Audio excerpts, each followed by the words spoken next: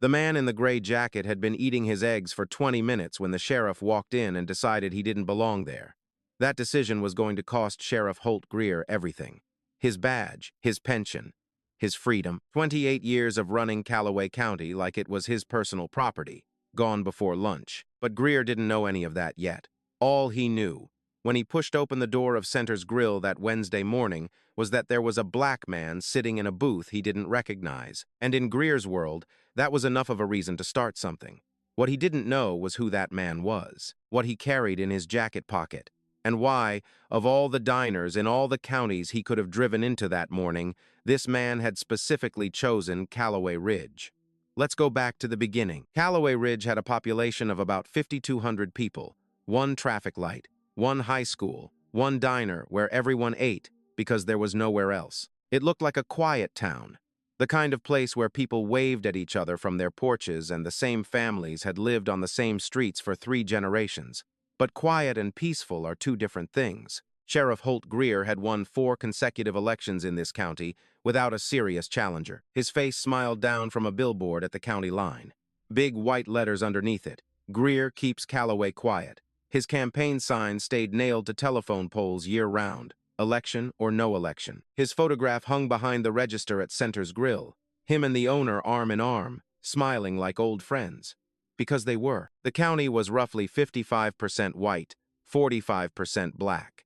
The county government, the school board, the planning commission, every elected position, white faces, every single one. And over the past 24 months, 3 black residents had filed formal civil rights complaints with federal investigators. 3 separate people, 3 separate incidents. But when you laid the complaints side by side, they told the same story. Pulled over for no real reason. Searched without a warrant. Spoken to in a way that made it very clear what the officer had already decided about them before they said a word. None of the 3 had ever been charged with anything. None of them had a record. Those 3 complaints were the reason Damon Reeves drove into Callaway Ridge that morning. He pulled into the gravel lot of Center's Grill at 7:42 a.m., stepped out, stretched, looked at the building. Plain brick, a neon open sign in the window. The smell of bacon and coffee drifting out before he even opened the door. He reached back into the car for his jacket. Canvas, dark gray, nothing remarkable about it. He started to leave it on the seat. Then he stopped. Put it back on. The morning was already warm, he didn't need the jacket. But he put it on anyway, and zipped the inner pocket closed, and walked inside. That jacket was the most important decision of the morning. He just didn't know it yet. Inside, Center's Grill was exactly the kind of place that hadn't changed since it opened. Worn vinyl stools at the counter, booths along the wall, the cushions soft from decades of use. A jukebox in the corner that still worked. The coffee had been sitting on the warmer since 5 a.m. and tasted like it. Nobody complained, because that was the coffee, and this was the diner, and that was simply how it went. Lou Center stood behind the register, 70-something, reading glasses on his nose, working through the local paper. He looked up when the bell jingled, registered Damon, looked back down. Not unfriendly, not friendly either. Just the reaction of a man who had noted the presence of a stranger and moved on. Damon took the booth near the window and opened his notebook. Plain composition book, cover worn thin from handling. He started writing before his coffee arrived. He noticed the security camera first. Small unit mounted above the register, angled to cover most of the room. Red light blinking, steady. He noted it in the notebook and kept going. June Lattimore appeared with the coffee pot before he had to ask. Mid-50s, apron tied at the waist. The easy confidence of someone who had been doing this exact job for 19 years and knew every part of it by heart. Kitchen's running eggs and biscuits real well this morning, she said. Short stack if you'd rather go sweet. Eggs and biscuits, Damon said. Thank you, she smiled. A real one. Wrote the order down and headed for the kitchen. He noticed the photograph tucked in the front pocket of her apron on her way past. A little boy, maybe 4 years old, light brown skin, curly hair going in every direction, laughing at something outside the frame so hard his whole body was in on it. At the counter, a man in a John Deere cap with grease still in the brim glanced at Damon and then looked at his coffee. 60s, work-worn hand. He had the settled posture of someone who had been sitting on that exact stool at that exact time of morning for a long time. His name was Ernie Stubbs. He ran a one-man garage on the south end of town, and in the past 18 months, he had been pulled over twice by Callaway County deputies. Searched once, never charged with anything. He had not filed a complaint, because he had not believed it would matter. His hand around the coffee mug was tight. Now, before we get to what walked through that door, I need you to understand who Damon Reeves actually was, because nothing about him would have told you. 10 years with the Federal Civil Rights Investigation Unit. Before that, 5 years as a federal prosecutor. Before that, law school, top of his class, first in his family to finish a 4-year degree. He had reviewed case files from over 170 law enforcement agencies across the country. He had sat across from sheriffs, police chiefs, and commissioners who had spent their entire careers operating on the assumption that their badge was the final word in any conversation they chose to have. He had testified in front of oversight committees. He had documented patterns that no single incident could prove on its own, because a pattern requires patience and distance and the willingness to sit in a lot of diners in a lot of small towns and write down exactly what you see. He had a specific skill, the ability to walk into a room and become part of its furniture before anyone noticed he was watching. The canvas jacket, the worn notebook, the posture of a man with no particular agenda and nowhere urgent to be. It was not a performance. It was discipline, developed over 10 years of going into places that did not know they were being studied. His wife Simone sent him the same message every time he left for an assignment. 3 words. He always sent back the same reply. She kept their home stocked with ordinary things, small things, the daily evidence of a life continuing while he was gone, so that he always had something concrete to return to. He was grateful for that in a way he had never quite managed to put into the right words. On this particular Wednesday morning, he was on his second cup of coffee when the door opened. And here is something else you need to know before we get there. About Ernie Stubbs. 18 months before that Wednesday, on a Tuesday evening in April, Ernie had been driving home from a job 3 towns over. His taillights were working. His registration was current, his insurance was paid. He was on County Road 9 at 7:34 in the evening when a Callaway County deputy pulled him over. The deputy said his vehicle fit the description of one involved in a complaint earlier that week. Ernie asked what complaint. The deputy said he wasn't at liberty to say. The deputy searched the truck, found nothing. Ernie drove home 45 minutes later. 6 months after that, on a Thursday in October, it happened again. Different road, different deputy, same sequence. Searched, nothing found. Ernie drove home. He had not filed a complaint. He had told his wife, eventually. He had not told many other people. He had not believed it would lead anywhere. He had seen what happened to people who reported things in Callaway County, which was to say, nothing happened, except that the deputies who had stopped them seemed to remember their names afterward. Ernie understood the pattern because he had been living inside it. He just hadn't known how to get outside it. His hand around the coffee mug was tight. Sheriff Holt Greer walked in the way he walked into every room, chest forward, chin up, boots hitting the floor like he was making a point with every step. Mid-50s, broad across the shoulders, mirrored sunglasses still on, even with the sun behind him. Uniform pressed sharp, badge polished, belt loaded with everything he wanted people to see. Deputy Wade Pruitt followed a step behind, exactly 1 step, calibrated to make clear he always entered second, because Greer always entered first. Behind them, Deputy Lena Marsh came through the door and immediately moved to the left. Not to a stool, not to the counter. She took up a position along the wall that gave her a clean sight line across the full room. It was not the movement of someone looking for a place to sit. It was the movement of someone who had done this before and knew where to stand. Greer stopped just inside and scanned the room, left to right, slow, the way a man checks his property. His photograph hung behind the register. He moved past the retirees in the back booth, past the woman with her daughter at the window table, past Ernie Stubbs at the counter. His gaze stopped on Damon. Something shifted in his posture. Small, subtle, the kind of thing you only caught if you knew what you were looking for. June saw it.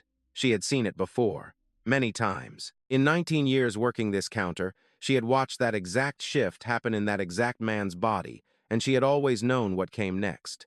She kept moving, kept her face neutral, kept her hands busy. Greer unhooked his sunglasses, folded them with 2 fingers, tucked them into his breast pocket. Then he walked toward Damon's booth with the slow, unhurried stride of a man who had never once in his life been told he wasn't allowed somewhere.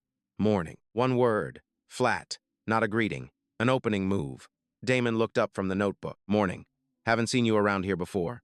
First time through. Greer tilted his head. First time through to where? Exactly? Nowhere in particular. I was hungry. Sign said open. Greer looked at the half-eaten eggs, the coffee, the notebook. Then he looked at Damon the way someone looks at a thing they've already categorized and are just now confirming. "Where are you coming from?" Damon told him the city where he'd rented the car. Greer repeated it back slowly, like it didn't quite fit. "Long way to drive for breakfast." "It's a Wednesday," Damon said. "I had time." Greer put both hands on the edge of the table and leaned in. Not far enough to be a physical threat, far enough to be deliberate about the space he was taking up. "ID," he said. "Please." Damon reached into his back pocket and pulled out his driver's license. Slid it across the table without argument. Greer picked it up and read it out loud. Name, address, home city. Slow and clear, loud enough for the counter to hear. Lou Center turned a page of his paper without looking up. Greer turned the license over, looked at the back like he expected to find something useful there. Looked at Damon over the top of it. "This address current?" "It is." Greer unclipped his radio and called in the plate number on the rental and the license number both. Dispatch came back in under 2 minutes. Clean record, no warrants, no prior stops, no citations, nothing, going back years. The result irritated him. A clean record, to a man like Greer, was not evidence that someone was innocent. It was evidence that they were hiding something deeper. That was the logic. That was how the whole system ran. His eyes dropped to the notebook. "What's that?" "Personal notes." "Hand it over." Damon put his hand flat on the open page, not slamming it down, not making a scene, just not moving. "That's my private property." And the air in that diner changed. "I want you to feel what happened in that room in the next 3 seconds. Forks went still. Coffee cups stayed where they were. Every person in Center's grill made the same calculation at the same moment. 9 people. Not one of them said a word. Ernie Stubbs at the counter did not look up, but the hand around his coffee mug had gone tight enough to whiten his knuckles. Greer straightened. He looked at Pruitt. He raised his voice just enough to make clear this was a performance, not a conversation. "In my experience," he said, "people who get particular about their personal property usually have a specific reason for that." Pruitt nodded like he'd been trained to. Greer leaned back down. His voice dropped. The practiced low tone of a man who had said some version of what came next many times before, in many different diners, to many different people. He explained how things worked in Callaway County, who asked questions and who answered them, what certain words meant when they came out of certain mouths, what his job was, and what Damon's situation was, and how those two things related to each other in this particular building. He took his time. He was deliberate. He had said it before, and it had always landed the way he intended. Damon looked at him the whole time. Steady, not angry, not afraid, not performing calm, just calm. The specific stillness of a man who has decided not to spend himself on this moment because he is saving it. That stillness was the worst thing that could have happened to Greer, because it told him, clearly, that none of his tools were working. And men like Greer, when their tools stop working, do not put them down. They push harder. Every time. That is the pattern. He called a third deputy to the scene. Didn't explain why. In Callaway County, when Greer called, you came. While they waited, he circled the booth, made comments to Pruitt, pitched to Carey across the room, the kind of commentary that doesn't directly accuse anyone of anything but leaves a specific smell in the air. Pruitt responded on cue. The young woman with the daughter at the window table pulled her child close and whispered something. The girl stopped coloring and looked up, looked around, looked back at the page, picked up her crayon again. Bro, I need you to sit with this for a second. This man had finished his breakfast. He had paid. He had a clean record, a clean rental car, not so much as an expired registration, and he was sitting in a booth with 3 law enforcement officers surrounding him and a room full of people who were watching and not saying anything. I've covered a lot of these stories. That room, that silence, that's the part that stays with me. Deputy Calvert came through the door at 8:14, mid-20s, 2 years on the force. He walked in, read the room in about 3 seconds, and his face did something that most of the other faces in that room did not do. It changed. He looked at Damon, 3 officers around 1 unarmed man eating breakfast. He looked at Greer, then he looked at the floor, and he kept looking at the floor, and he did not nod at Pruitt, and he did not move toward Marsh. He just stood by the door and looked at the floor. That look said everything his mouth was not going to say in that room. Greer told Calvert to search the car in the lot, the rented Nissan. Calvert started to ask about a warrant. Greer said he had probable cause, said he could smell something. Pruitt immediately confirmed that he could also smell something. There was nothing to smell. There had never been anything to smell. Everyone in that room knew it. The deputies knew it. Lou Center behind the register knew it. June knew it. Even Ernie Stubbs, staring into his coffee, knew it. Calvert went outside. Greer pulled a chair from the nearest table and dragged it across the floor. The legs screamed against the tile, every head turned. He sat down backward, facing Damon's booth. Empty your pockets. Everything on the table. Damon did it. One item at a time. Wallet, phone, keys, a pen. He set each one down carefully, like a man who knows he is being watched and is giving them nothing to work with. Greer picked up the wallet, opened it, counted the cash out loud, bill by bill, holding each one up, making sure the whole room saw 20, 40, 80, 120. He kept going until he reached $410, then fanned the bills out on the formica and looked at the room. He didn't have to say what he was implying. He just let it sit there. He picked up the phone, pressed the button. Lock screen. Unlock it. You'll need a warrant for that. The word warrant landed differently than anything else said in that diner all morning. It wasn't loud. It wasn't aggressive. It was just accurate. And accuracy has a particular weight in rooms where accuracy has not been the standard. Greer set the phone down carefully, the way a man sets something down when what he really wants to do is something else entirely. A vein in his temple moved once. People who use that word in my county, he said, low now, just between the two of them, tend to misunderstand their situation. He leaned forward on the chair back and explained, very calmly, what Damon's situation was. He explained who decided what words like rights and warrant meant in Callaway County. He pointed out that there was nobody in that room coming to help. He looked around the diner when he said it, making sure every person in every booth and on every stool could see him making that point. 9 people, watching. Not one of them moving. He told Damon what happened to people from outside who came into his county thinking certain words carried certain weight. He said it without raising his voice, because the voice didn't need to be raised. The calm was the threat. The calm meant he had done this before and he wasn't worried about how it ended. Damon looked at him the whole time. Same gaze, same stillness. Are you done, Sheriff?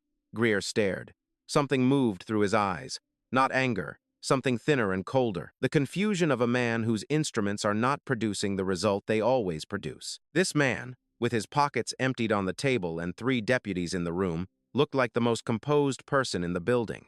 That was unacceptable. Calvert came back through the door, dust on his knees from checking the undercarriage of the rental. His face said everything before he opened his mouth. Clean. No drugs. No weapons. Nothing. Greer's jaw tightened. He had been in this booth for close to 40 minutes. He had run the license, searched the car, counted the cash out loud in front of witnesses, and he had nothing. Not one thing that justified any of what he had done in the past 40 minutes in front of 8 witnesses and a running security camera he had completely forgotten about. Here is where Marsh stepped in. She had been watching the jacket. She had noticed the outline of something in the inner pocket during the pat-down. She moved close to Greer and said something quiet. Greer looked at the jacket. He had felt something there earlier, assumed it was a wallet or a phone case, moved past it. He looked again. This was the moment. Right here. He had no evidence, no legal basis, nothing. Walking away still hurt, but it was survivable. 28 years of authority doesn't disappear because of one bad morning.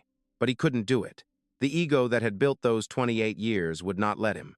Stand up, he said. Hands behind your back. Damon stood, slowly. He pushed himself up from the booth and straightened his back and looked Holt Greer directly in the eyes, not with anger, with something else, something that Greer couldn't name and couldn't break. You're making a mistake you cannot take back. Greer said the only thing he had left, that he had made the rules in Callaway County for a long time, that today was no different. He moved behind Damon, got both wrists. The cuffs came out. Pay attention to the next 4 seconds, because everything changes in 4 seconds. Greer grabbed the back of Damon's collar and pushed him toward the door. The force was sharp. The jacket jerked sideways from the momentum. The inner pocket pulled open. The credential wallet slid out. It flipped once off the edge of the booth seat and landed face up on the linoleum floor, 3 feet into the aisle, under the fluorescent light. Gold badge, federal credentials, a photograph, 3 letters above it in block print. Damon's eyes tracked it for half a second. Then he looked straight ahead. His face did not change, not one muscle. Greer was behind him, hand on the collar, eyes on the door. He had not seen it. June Lattimore had been standing behind the counter for 40 minutes, wiping the same section of tile over and over, her hands needing something to do. She had watched a man get taken apart in the place where she had poured coffee for 19 years. She had watched 9 people sit in their seats and do nothing, herself included. She picked up a loaded tray, 6 plates, 2 mugs. She came around the end of the counter. She passed the booth. She looked down. Badge on the floor. Credential card face up. Photograph of the man in handcuffs. 3 letters she recognized. The tray did not slip out of her hands by accident. She looked at it for 1 second.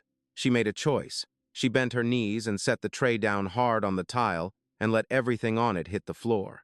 6 plates, 2 mugs. The sound of ceramic exploding on linoleum at that volume, in that silence, was enormous. Every head in the diner snapped toward her. Greer stopped 3 feet from the door and turned around. June was standing in the middle of broken dishes with her hands at her sides. Not shaking, not crying, not covering her mouth. Just standing there, looking at the floor. Then, looking at Greer. He followed her gaze past the shattered plates. To the badge. He read the 3 letters. His hand dropped from Damon's collar. I need you to hold this image. Greer, standing in his own diner, in his own town, with his hands suddenly not on the collar of a man he has spent 40 minutes publicly destroying. The badge on the floor between them, catching the fluorescent light. June in the broken dishes. Ernie Stubbs at the counter, finally still. Lou Center at the register, not moving. 9 people watching a man understand, all at once and completely, what he has done. That is the thumbnail. That is the image. Everything before it built to that. Everything after it flows from it. Damon turned around, hands still cuffed behind him. Back straight. He looked at Greer with the same eyes he'd had since 7:42 that morning. He said his name, his title, his agency, the same voice he'd used to order eggs and biscuits. He said he had come to Callaway Ridge because 3 residents had filed civil rights complaints over the past 24 months. He said he had expected to observe. He had not planned to spend his first 40 minutes as the subject of the investigation. He looked at Greer. Take them off. Greer's hands were not steady when he found the key. The cuffs came off. Click, click. The metal fell away. Damon rolled one wrist, picked up the credential wallet, straightened the jacket. Marsh was already moving toward the door, walking, not running. The specific walk of someone who is calculating what happens next and is not going to find a good answer. Nobody stopped her. She made it to the parking lot. She did not make it out of the lot. Lou Center had not turned off the camera. His hand had gone to the switch at one point. He had held it there. Then he had turned the page of his newspaper. That was the only statement he was willing to make, and he had made it.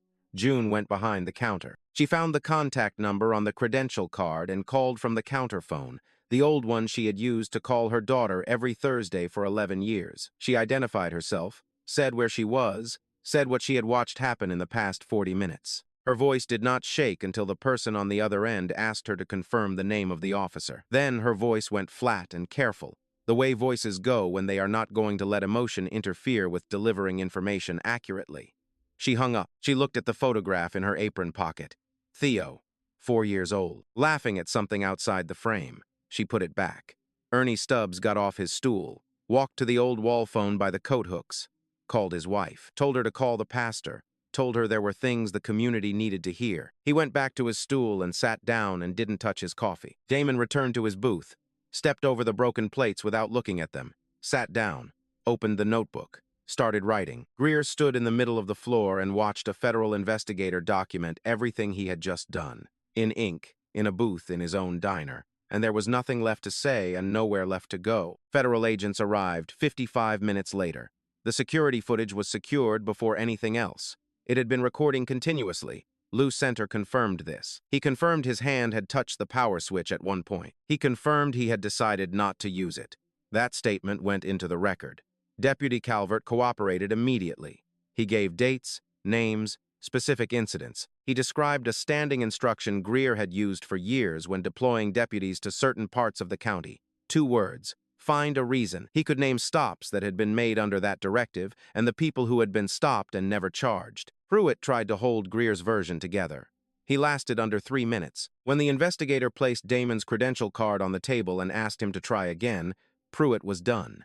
Marsh was arrested in the parking lot. She had directed Greer's attention to the inner pocket during the encounter. She had known Greer's pattern and had assisted in continuing it.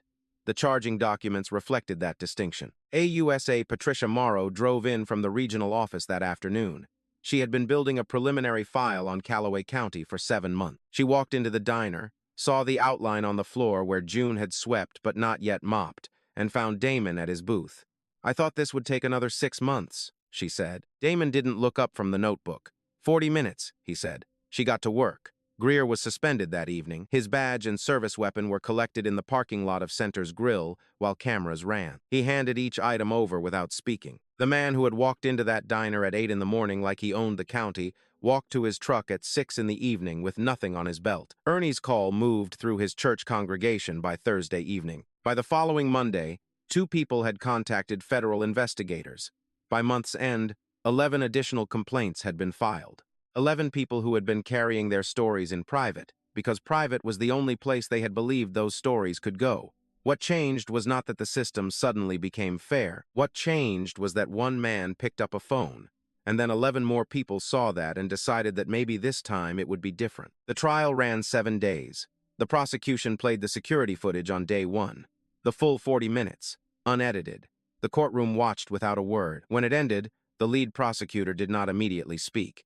She let the silence do the work. Everyone in that room had just watched a man be humiliated, searched, and handcuffed for the crime of eating breakfast, and the only thing that had stopped it was a badge falling out of a jacket. The silence carried the weight of that. Damon testified on day 2. He described every event in the same voice he had used to order his eggs. Sequence, exact times, direct quotes where he could recall them, the approach, the ID demand, the license read aloud to the room, the cash spread out on the formica, the fabricated smell, the cuffs. He named each deputy and their specific actions. He named the time of each exchange. He never raised his voice.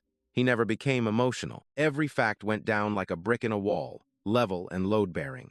The defense attorney tried to find a gap in his account on cross-examination. He did not find one. On the second attempt, Damon looked at him calmly and said he had documented over 170 law enforcement encounters across 10 years of federal investigative work, and in his experience, the ones most likely to escalate without legal justification were the ones where the officer had the most personal investment in appearing to have authority rather than actually possessing it. The attorney did not ask a follow-up question. Ernie Stubbs testified on day 3. He walked in, sat down, and answered every question about his 2 traffic stops the way a man answers when he has been waiting a long time for someone to ask.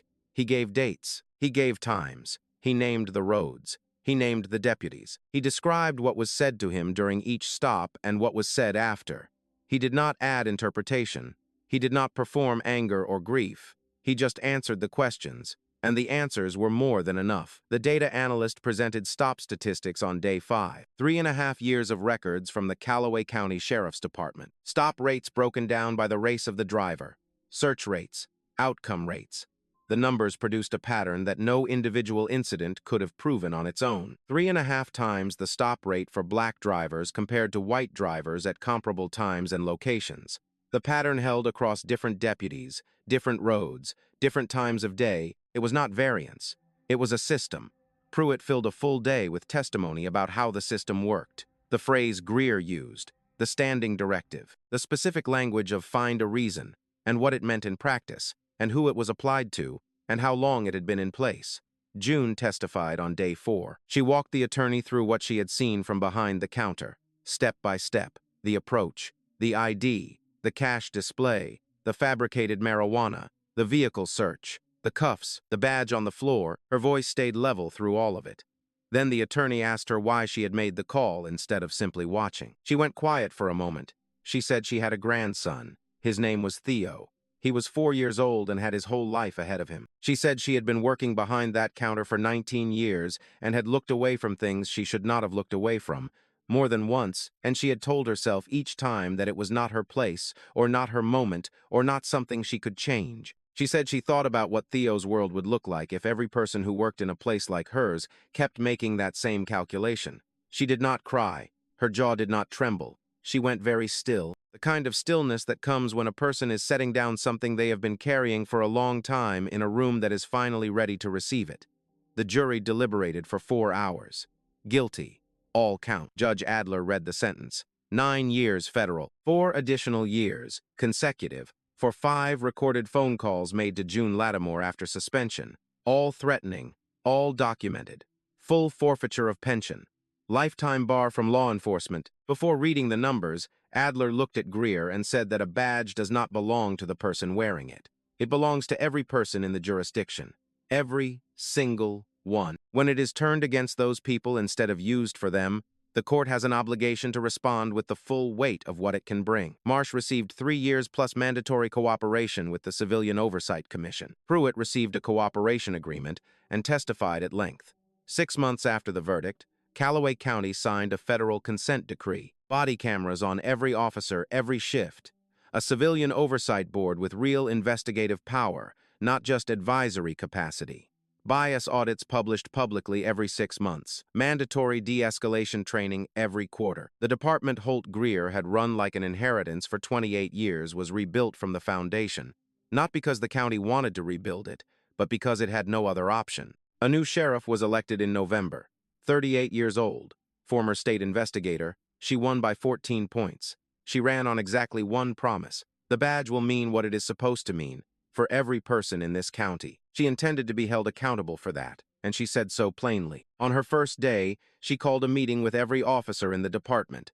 She said one thing: if you see something wrong in this department, I need you to tell me. That is not a request. That is part of the job. Anyone who disagrees with that principle is in the wrong building. June Lattimore received a Federal Civilian Courage Commendation at a small ceremony at the regional courthouse. No press was invited. A reporter caught her in the parking lot afterward and asked what she would say to someone who thought dropping plates on a diner floor wasn't a brave thing to do. She thought about it for a moment. I think most people in that room wanted to do something, she said. I was just the one who was already holding something heavy. She went back to Center's Grill the next morning, tied her apron, made the coffee. The commendation went in the drawer under the register, next to her reading glasses and the spare pen, and the photograph of Theo she switched out whenever her daughter sent a newer one. At 8:09, Ernie Stubbs came through the door. John Deere cap, work boots. He sat at his usual stool and set his keys on the counter the way he had every morning for 15 years. June poured his coffee without asking. He wrapped both hands around the mug. The same hands that had gripped that mug tight the morning he watched a man get cuffed in this room for eating breakfast. He held it a little easier now. Neither of them said anything about any of it. They didn't need to. Some things get said once, in the right room, before the right people, and after that they just become part of the air in a place. The weight of what happened there, you feel it when you walk in, even years later, even if you weren't there when it started. The photograph of Greer and Lou from the county fair came down from behind the register the morning after the arrest. Lou took it down before anyone asked him to, before anyone had even thought to ask. The nail hole is still there in the wall above the register. He hasn't decided what to put in its place. He's been thinking about it. He'll know it when he finds it. Damon Reeves did not attend the commendation ceremony. He did not give interviews. He was already in another county by then, another diner. Another booth by a window with his notebook open and his coffee going cold. His wife sent him 3 words the night before the trial started. He sent back a thumbs up. 10 years of that rhythm, and they had never needed more. Here is the thing I keep coming back to. Greer had every structural advantage. The uniform, the deputies, the room, the town. 28 years of no one holding him accountable. He had all of it, and it still wasn't enough, because he didn't know who was sitting in that booth. And here's what I want you to hold on to. He shouldn't have had to know. None of what happened in that diner for 40 minutes required a federal badge to be wrong. It was wrong before the badge hit the floor. It was wrong from the moment Greer walked over to that booth, because a black man was sitting in it, and he had decided that was a reason to start something. The badge didn't change what happened. It changed what happened next. What I want you to think about is this. 11 people came forward after Ernie made his calls. 11 people who had been keeping their stories private because private felt like the only option. One person making one phone call opened a door that 11 more people walked through. That is a chain made of individual decisions, not a system that fixed itself. Individual people, one at a time, deciding that the weight of staying quiet had become heavier than the risk of speaking. June said she was already holding something heavy. She was right. But so was everyone else in that room. The question was never about capacity. Everyone in Center's Grill that morning had the capacity. The question was, who would use it? And a woman who had been looking away for 19 years looked down at a badge on the floor, thought about a 4-year-old with curly hair, and decided this was the morning she stopped looking away. If this story hit you somewhere real, share it. Not for the view count. Because somewhere, someone who needed to hear this hasn't heard it yet. Drop a comment. Tell me which part you're still thinking about. I read every single one. See you in the next one.